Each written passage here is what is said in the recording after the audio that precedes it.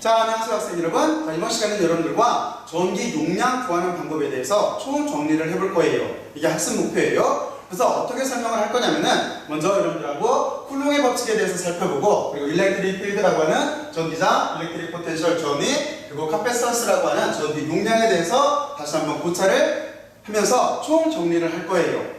자, 그러면 이번 시간에 학습 목표에 대해서 여러분들이 잘 이해를 했을 거라고 생각을 하고, 이제 쿨롱의 법칙부터 한번 다시 생각을 한번 해보죠.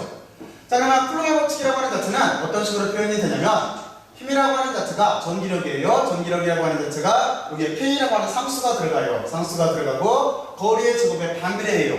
이게 만일력 법칙하고 똑같죠? 그리고 위에는 전하량 사이에 이렇게 비례하게 돼 있어요. 비례하게 돼 있는데, 지금 제가 기호를 지금 이렇게 쓰고 있는 이유는 뭐냐면은, 전하라고 하는 자체는 양전하도 있지만 음전하도 있어요. 그래서 만일력 법칙하고 다르게 여기에는 인력과 청력이 존재를 하게 돼요. 그리고 K라고 하는 좀 전에 말했던 상수값이라고 하는 자체는 여러분들이 4파이 보고서서 여기 유전율 분의 1이라고 하는 자체를 잘 알고 있을 거예요. 근데 이 개념을 약간만 확대를 할게요. 이게 쿨롱의 법칙인데, 쿨롱의 법칙을 이렇게 쓸 수가 있는데, 두 번째 우리는 이 생각을 해볼 수가 있지. 여기는 두 전하 사이의 관계예요. 하지만 실제는 전하가 많을 수도 있어요. 그렇죠? 그래서 바로 이런 경우를 고려를 해야 되는데, 이럴 때 전기력을 고려를 해야 되는데, 이건 아주 간단하죠. 여러분들은 기본적으로 어떤 원리를 먼저 생각을 해야 되냐면, 힘이라고 하는 자체는 중첩의 원리, 슈퍼포지션이 성립한다라고 하는 생각을 먼저 하면 돼요. 그래서 만약에 전하가 여러 개가 있고 첫 번째 전하한테 임의로 정할게요. 첫 번째 전하한테 미치는 힘을 전기력을 계산하려고 하면은 어떻게 하면 되냐면, 그냥 이렇게 하면 돼요. 기호를 제가 이렇게 쓸게요. 첫 번째 물체한테 미치는 전체 넷 일렉트릭 포스를 계산하게 되면은, 얘는 어떤 식으로 쓸 수가 있냐면 이렇게 쓸 수가 있겠지. 이렇게 쓸 수가 있을 거예요. 얘는 두 번째 전하가 첫 번째 물체한테 이렇게 미치는 힘, 기호를 이렇게 쓸게요. 이거에다가 또는 이렇게 세 번째 전하가 있다면 첫 번째 전하한테 미치는 힘 플러스 이렇게 네 번째 전하가 첫 번째 전하한테 미치는 힘을 모두 다 더해주면 될 거예요. 그리고 만약에 이런 전하가 n개가 있다라고 한다면 그냥 아래쪽으로 쓸게요. n개가 있다라고 한다면 얘가 어떻게 하면 되냐면, n번째 전하가 첫 번째 전하한테 미치는 힘을 모두 다 이렇게 다 벡터 합으로서 다 더해주면 될 거예요. 이거를 중첩의 원리라고 하지. 그치? 자, 그러면 여러분들이 여기까지 잘 이해를 했을 거라고 생각을 하고, 이제 이 개념을 이용해서 전기장이라고 하는 개념을 확대시킬게요. 자, 그래서 여러분들은 일단 여기에서 먼저 전기장의 정의를 알아봐야 되는데,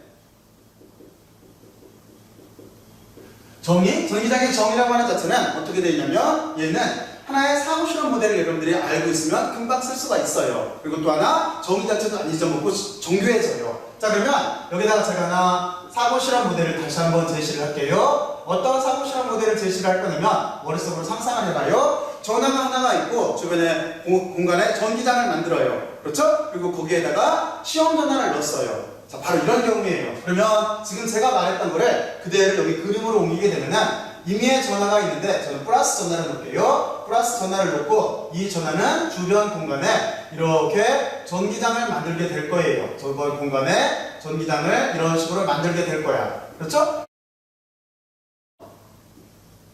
자, 그러면 이렇게 전기장을 만들고 여기에다가 시험 전하를 넣으라고 그랬어요. 시험 전하를 저는 여기다 이렇게 넣을게요. 얘도 시험 전하예요. 그리고 여기에 있는 원천 전하와 시험 전하를 구별하기 위해서 여기를 어떻게 쓸 거냐면은 그냥 Q를 이렇게 바꿀게요. 이쪽은 원천 전하예요. 소스 차지예요. 그리고 여기는 테스트 차지예요. 물론 테스트 차지도 지금 이해를 쉽게 하기 위해서 이렇게 그리고 플러스 넣는다고 한다면, 얘는 어느 쪽으로 힘을 받을 거야? 그렇지? 얘는 지금 이런 입장에서 어떻게 힘을 받을 거냐면, 얘는 이쪽으로 이렇게 힘을 받겠지? 밀려나가겠지? 여러분들 여기까지 머릿속으로 상상할 수 있죠? 자, 이거를 그대로 기호 처리를 하게 되면 어떻게 쓸 수가 있냐면, 이렇게 쓸 수가 있어요. 전기장이라고 하는 자체는 어떻게 쓸 수가 있냐면, 얘는 지금 바로 옆에서 구한 전기력이라고 하는 자체를 얘를 시험 전하로 나눠주면 돼요. 그래서 여러분들이 원천 전하와 시험 전하를 구별하고 있어야 돼요. 이쪽을 시험 전하로 나눠줄 거기 때문에. 그러면 이거를 무슨 소리냐 하는 거를 식을 전개시켜보면 알아요. 그러면 여러분들은 시험 전하로 나눠준다는 소리는 이 둘 중에 어느 쪽에 시험 전하가 있을 거예요. 그렇죠? 바로 그 애를 삭제를 시켜야 돼요. 그러면 원천 전하가 만드는 전기장을 구할 수가 있어요. 그러면 얘는 이렇게 쓸 수가 있겠지? K라고 하는 자체가 여기 K가 원래 유값이었으니까 상수값을 그점 넣을게요. 그러면 여기는 4파이 유전율을 분의 1이 나올 테고, 그리고 여기는 거리의 제곱에 반비례한다는 거 똑같은데 위에는 시험 단어가 없어졌기 때문에 얘가 날아갔기 때문에 원래 원천 전하가 만드는 소수 차지가 만드는 장을 우리가 구할 수가 이렇게 있어요. 자, 그리고 여기서 다시 하나 의미 부여를 할게요. 어떤 부여를 해봐야 되냐면 원래 여기서 보면은 힘이라고 하는 자체는 벡터예요. 그렇죠? 그러면 벡터는 크기와 방향이 있기 때문에 여기 크기가 이만큼이 크기였으니까 여기에다가 이렇게 방향성분을 곱해주면 돼요. 그러면 여기도 똑같죠? 힘이라고 하는 자체가 전기력이라고 하는 자체가 벡터이기 때문에 벡터를 차지라고 하는 스칼라량으로 나눠주게 되면, 양으로 나눠주게 되면은 얘는 벡터예요. 그러면 우리는 어떻게 쓰면 돼? 여기에다 이만큼이 크기니까 여기다 R 루프에서 이렇게 단위 벡터를 곱해주면 돼요. 방향성분을 곱해주면 돼요. 자, 그러면 이렇게 전개를 시켰어요. 그리고 나서 이제 또 하나를 생각을 해봐야 되지? 이게 첫 번째 거라고 한다면 아까 어떻게 했냐면 여러 개의 입자가 있을 때 힘에 대해서, 전기력에 대해서 알아봤어요. 그러면 우리는 바로 이것처럼 전기장도 여러 개의 입자가 서로 상호작용할 때를 생각을 해봐야 되는데, 그럼 어떻게 하면 되겠어? 맞아요. 위에서 구한 여기 중첩의 원리로서 구한 여기 전기력이라고 하는 자체를 다 뭐로? 시험 전화로 다 나눠져 버리면 되겠지? 그치? 그러면은 이 식을 그렇게 나눠줘서 쓰면 될 거예요. 그러면 이번에는 여기다 전개를, 여기다 수식을 이걸 전체를 다 이렇게 쓰지를 않고 그냥 한 번에 쓸게요. 그러면 그거는 이렇게 쓰면 될 거야. 전기장이라고 하는 자체는 여러 개가 있을 때 어떻게 쓰면 되냐면 그냥 여기 상수값이 있고 얘예요. 상수값이 있고 다 더해줄 거야.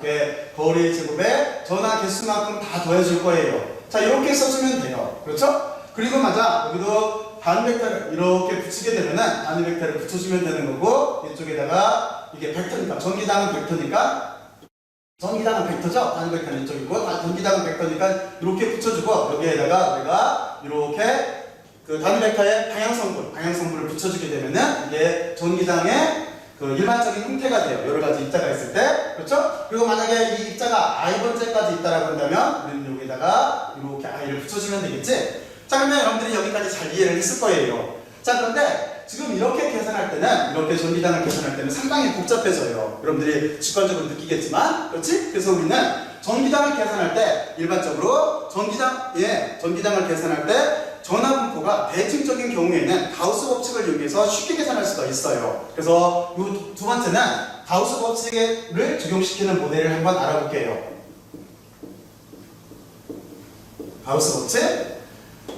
가우스 법칙이라고 하는 자체는 전하분포가 대칭적일 때예요. 그래서 여기는 이때 하나 사고 실험을 해보죠. 가장 간단한 모델로 사고 실험을 할게요. 어떤 사고 실험 모델을 제시를 할 거냐면 그냥 위에 있는 모델을 그대로 이용을 할 거예요. 위에 있는 모델을. 그럼 여러분들이 이렇게 생각하면 되겠지? 전화가 하나가 있어요. 이렇게 전화가 그냥 임의로 전화를 이렇게 놓을게요. 그러면 틀림없이 두 번째는 전기당이라고 하는 자체는 지금 제가 전기력선을 그랬는데 전기당은 적용 공간으로 쭉 퍼져나갈 거예요. 그걸 시각화해서 전기력선은 이것처럼 그릴 수가 있어요. 자, 그런데 어떤 점을 고려를 할 거냐면은 이만큼 거리가 이만큼 R만큼 떨어져 있는 위치에서 우리가 이렇게 전체 면을 둘러싼 공간을 하나 생각을 할 거예요.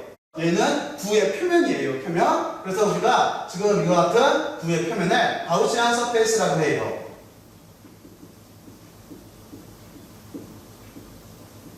무슨 얘기냐면 얘가 회곡선면, 그렇죠? 어떤 전체를 둘러싼 회곡선 면을 뜻해요. 지금 이 입장에서는. 자, 그렇게 이렇게 둘러싸인 면을 뜻해요. 자, 그러면 여러분들 여기까지 얘기 맞죠? 자, 그리고 나서 가우스 법칙의 특징은 어떻게 되냐면 여러분들이 잘 알고 있겠지만 이거를 우리가 논리적으로 생각을 해보면은 안쪽에 전하가 있어요. 안쪽에 전하가 있는데 바깥쪽 공간에는 플럭스가 이 가우스면을 통과해서 일정하게 규칙적에 나가게 돼요. 그렇죠? 그래서 이쪽에는 뭐가 있냐면 이쪽에는 플럭스라고 하는 이렇게 개념이 있어요. 전기장에 플럭스라는 개념이 있어요. 그런데 여기서 보게 되면은 얘를 두 개를 같다라고 놓으려고 한다면은 여기를 이렇게 유전율로 나눠주면 돼요. 그러니까 더 단순하게 말하면 가우스 법칙이라고 하는 자체는 이렇게 표현해도 돼요. 지금 저걸 가장 더 단순하게 표현하면 인 안쪽과 바깥쪽이 같은 거예요. 같은 거. 그렇지? 바깥쪽과 안쪽이 같다라고 하는 개념으로 생각을 해내면 더 단순해져요. 그래서 안쪽에는 전하가 있어요. 그리고 바깥쪽에는 뭐가? 전기장에 플러스가 있는 거예요. 자, 그러면 이거를 그대로 여기다 수식을 쓰게 되면 이 식을 다시 이쪽으로 옮길게요. 그러면 우리는 이렇게 쓸 수가 있어요. 어떻게 쓸 수가 있냐면 이렇게 안쪽에 있는 전하가 바깥 공간에 전기장에 선속을 만들었어요. 플럭스를 만들었어요. 단지 여기를 이렇게 비례값으로 유전율로 나눠주면 돼요. 자, 그런데 우리는 제가 계속 이거를 전기장의 플러스라고 하잖아요. 그러니까 전기장의 플러스라고 하는 자체는 어떻게 다시 쓸 수가 있냐면 얘는 이런 식으로 쓸 수가 있어요. 여기에다가 전기장에다가 이렇게 면적 벡터를 스칼라 프로덕트 해준 것도 서로 같은 개념이에요. 그렇죠? 이렇게 쓸 수도 있어요. 그렇죠? 그리고 나서 여기서 우리는 하나를 더 알 수가 있지. 어떻게? 얘는 스칼라 프로덕트니까 이걸 다시 바꿔 쓰게 되면은 얘는 어떻게 쓸 수가 있냐면 전기장에다가 면적을 곱하고 이렇게 코사인 세타 값으로도 이렇게 쓸 수가 있어요. 내점이니까. 그리고 만약에 코사인 세타가 지금 이 경우에 어떤 경우냐면은 여기서 잠깐만 봐요. 여기 만약에 면적을 우리가 이렇게 면적을 잘게 잘랐어요. 이 면적을 DA라고 이렇게 할게요. 하지만 그러면 틀림없이 여기에서 전기장이라고 하는 자체는 얘를 이렇게 면적과 직각 방향으로 이렇게 전기장이 나갈 거예요. 면적과 전기장은 서로 직각 방향이에요. 면적을 잘게 잘랐다고 봤을 때. 그런데 우리는 여기에서 면적 벡터를 고려를 하게 되면은 면적 벡터는 이것처럼 이렇게 쓰고 여기다 벡터를 붙여주면 돼요. 그러면 전기장과 면적 벡터 사이에는 서로 평행한 관계가 돼요. 그래서 여기가 코사인 세타가 0도가 되기 때문에 얘 자체는 더 단순하게 쓰면 어떻게 쓸 수 있어? 이거는 그냥 아래쪽으로 쓸게요. 얘는 이렇게 전기장에다가 전체 면적을 곱하는 거하고 같아요. 자, 그러면 여러분들이 여기까지 이렇게 잘 이해를 했을 거라고 생각을 하고 나서 여기에서 개념 하나만 다시 바꿀게요. 여기에서 썼던 이 개념을 도입해서 얘를 다시 확대해서 쓰게 되면은 더 일반적으로 쓰게 되면은 이거는 어떻게 되냐면 이렇게 면적 벡터에다가 면을 잘게 자르고 그치? 이렇게 면적 벡터를 만든 다음에 거기에다가 아주 잘게 자르면은 전기장 자체가 다 고를 테니까 이렇게 전기장을 곱해서 얘를 다 회곡면으로 여기는 회곡면 둘러싸인 회곡면으로 모두 다 접근해 준 게 이것처럼 안쪽에 있는 전하가 만든 전기장의 선속이에요. 이렇게 개념을 바꿔줘도 돼요. 자, 그러면 여러분들 여기까지 잘 이해를 했을 거라고 생각을 하고 이제 어떤 생각을 해볼 거냐면 이제 일렉트릭 포텐셜이라고 하는 생각을 해볼게요. 그쵸? 이것도 먼저 여러분들은 전이 차라고 하는 개념에 대한 그러니까 정의를 먼저 알아야 돼요. 그렇죠? 그래서 여기도 먼저 정의를 알아야 되는데 근데 정의는 여기는 아주 간단해요. 정의가 어떻게 되어 있냐면 얘는 쉬워요. 뭐냐면 일렉트릭 포텐셜 에너지라고 하는 자체, U가 일렉트릭 포텐셜 에너지예요. 이거를 시험 전하를 이렇게 나눠주면은 이게 전위의 정의가 돼요. 여기가 뭐냐면은 얘가 약자로 쓸게요. 일렉트릭 포텐셜 에너지예요. 자, 이런 개념이 돼요. 그런데 우리는 또 하나 요식을 약간 바꿔 쓸 수가 있어요. 왜냐면 이렇게 포텐셜 에너지라고 하는 자체는 1과 관계가 있어요. 이렇게 마이너스만 붙여주면 서로 1과 같아요. 그러니까 이 샷 자체는 다시 우리가 1에 대한 개념으로 쓰게 되면은 어떻게 쓸 수가 있냐면 이렇게 쓸 수가 있겠지? 그렇지? 이렇게 1에 대한 개념으로 이렇게 바꿔서 쓸 수도 있어요. 자, 그러면 여러분들이 여기까지 잘 이해를 했을 거라고 생각을 하고 이제 우리는 이 개념을 다시 논리전개를 하기 위해서 전위차라고 하는 개념을 확대시켜서 생각을 해볼게요. 그래서 보면은 그냥 포텐셜 차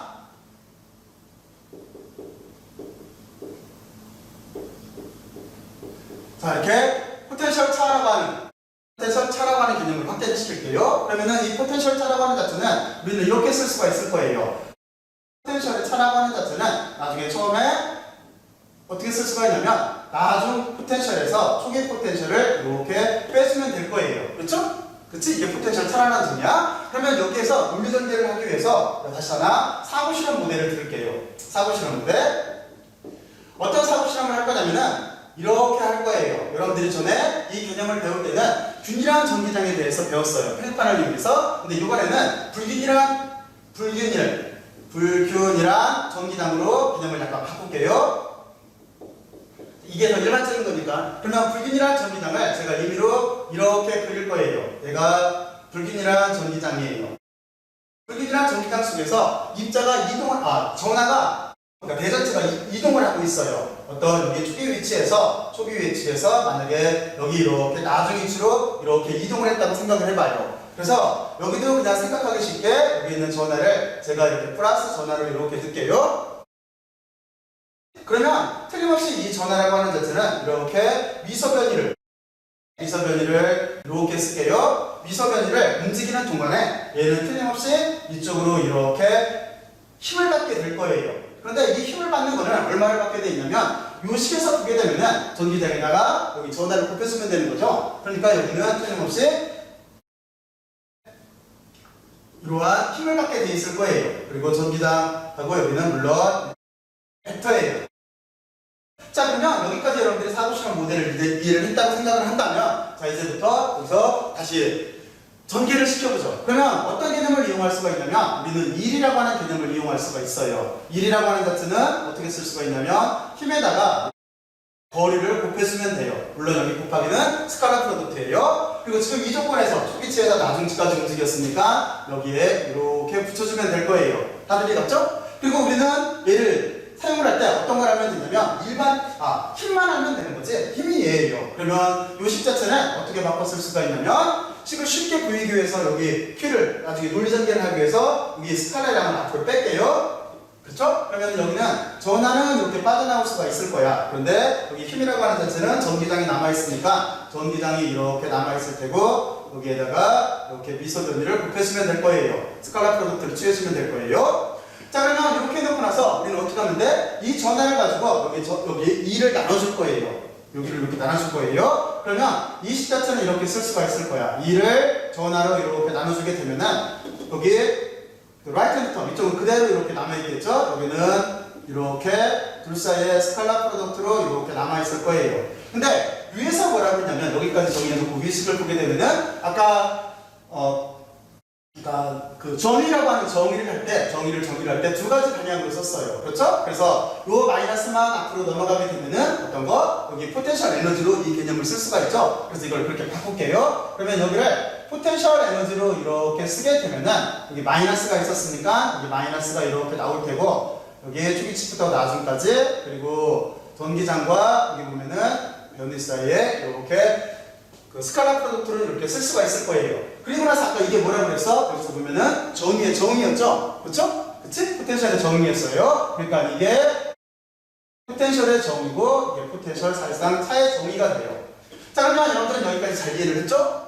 그러면 여기까지 구한 다음에 이제 남아있는 건 하나예요. 카펠스턴스라고 하는 전기 용량인데 전기 용량은 여러분들이 어떤 사고 실험을 통해서 쉽게 이해를 할 수가 있냐면 사고 실험? 그거는 그냥 가장 대표적인 게 평행판 축전기예요. 평행판 축전기. 그래서 제가 이렇게 설명을 했어요. 여기 평행판 축전지가 이렇게 있고 물론 여기에 이렇게 전하가 쌓이려고 한다면 여기에 이렇게 기전력이 이렇게 있어야 돼요. 기전력이 있는 경우죠. 그래서 축전지라고 하는 자체는 그치? 여기에 전기의 포텐셜 에너지 자체를 이렇게 저장하는 장치를 말해요. 그렇지? 위치 에너지를 저장하는 장치를 말해요. 그래서 포텐셜 에너지의 정의라고 하는 이렇게 돼 있고 지금 우리가 하는 거는 여기 전기 용량이니까 전기 용량의 정의라고 하는 자체는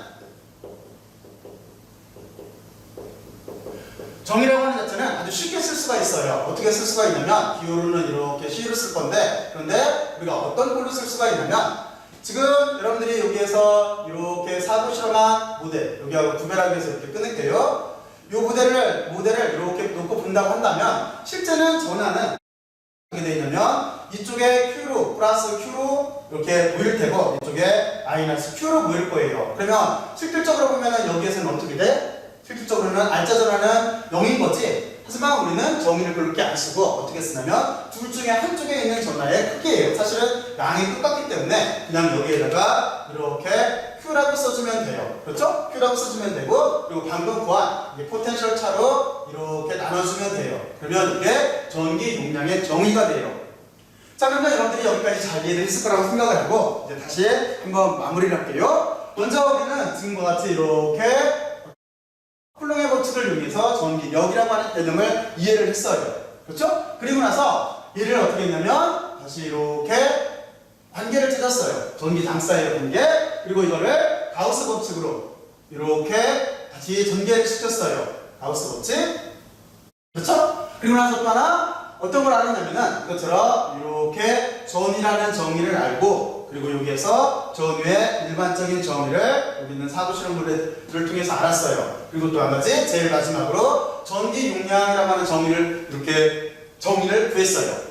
자, 그러면 여러분들은 어떻게 구하는데 최종적으로 전기 용량을 구한다라고 하는 자체는 어떻게 하면 되냐면 전기장을 구하면 돼요. 뭐를 이용해서? 가우스 법칙을 이용해서. 물론 가우스 법칙은 대칭적인 경우에요. 가우스 법칙을 이용해서 여기서 이걸 이용해서 이렇게 전기장을 구하고, 이 전기장을 여기에다가 이렇게 넣으면은 우리는 포텐셜을 구할 수가 있어요. 그렇죠? 포텐셜 차를 얘가 얼마인지를 구할 수가 있어요. 여기에서 구한 포텐셜을 여기다 넣게 되면은 우리는 카패시턴스를 구할 수가 있어요. 전기 용량을 구할 수가 있어요. 자, 그러면 여러분들이 여기까지 잘 이해를 했을 거라고 생각을 하고, 이제 한 가지 희망습을 고려를 해봐야 되죠. 어떤 생각을 해봐야 되냐면, 저 전기 용량을 구하는 문제에서는 크게 봤을 때 세 가지가 중요해요. 첫 번째는 제가 들었듯이 이것처럼 평행판 축전지예요. 두 번째는 원통형 축전지가 있어요. 원통형 축전지. 그리고 세 번째는 구형 축전지가 있어요. 바로 이럴 때 여러분들이 꼭 한번 포텐셜을 실질적으로 어떤 꼴로 표현된다 하는 거를 꼭 한번 구해보세요. 자, 그러면 열심히들 들어줘서 고맙고 수고들 많이 했어요.